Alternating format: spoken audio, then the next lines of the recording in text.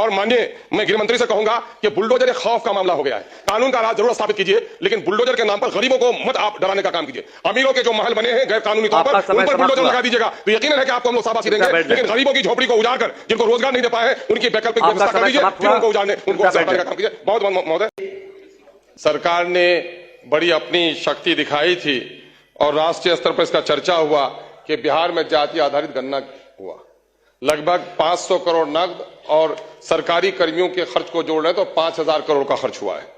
लेकिन आज जिन लोगों को सर्वे इसलिए कराया गया था कि जिन लोगों की हालत खराब है उनको अच्छा किया जाए, लेकिन उसमें अकलियतों की 2 लाख नौकरी और शेड्यूल कास्ट की 1 लाख नौकरी खत्म कर दी गई है, उस पर कोई चर्चा नहीं हुआ। बिहार को अगर विशेष राज्य का दर्जा या सेंटर से कोई पैकेज मिलता है तो वो गरीबी की वजह से, और सबसे बुरा हाल सीमांचल का है, और सीमांचल के बारे में एक शब्द भी इसमें नहीं कहा गया है।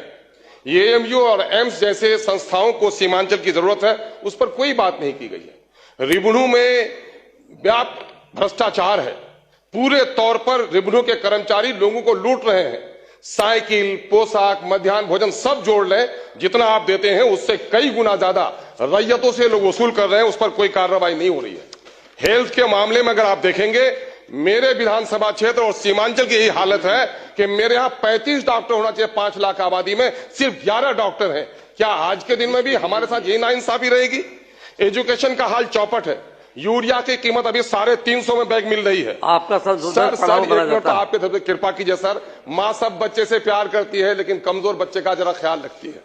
महोदय, मैं आपसे कहना चाह रहा हूं, सीमांचल कटाव है और वहां पर कटाव के सिलसिले में कुछ भी काम नहीं हो पा रहा है।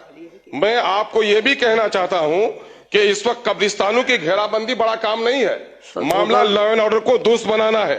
इस वक्त गरीबों को उजाड़ा जा रहा है, और माननीय मैं गृह मंत्री से कहूंगा कि बुलडोजर एक खौफ का मामला हो गया है। कानून का राज जरूर स्थापित कीजिए, लेकिन बुलडोजर के नाम पर गरीबों को मत आप डराने का काम कीजिए। अमीरों के जो महल बने हैं गैर कानूनी तौर पर, उन पर बुलडोजर लगा दीजिएगा तो यकीनन है कि आपको हम लोग शाबाशी देंगे, लेकिन गरीबों की झोपड़ी को उजाड़ कर जिनको रोजगार नहीं दे पाए हैं उनकी वैकल्पिक व्यवस्था कर दीजिए, फिर उनको उजाड़ने उनको हटाने का काम कीजिए। बहुत बहुत महोदय, आपने समय दिया उसके लिए बहुत बहुत शुक्रिया।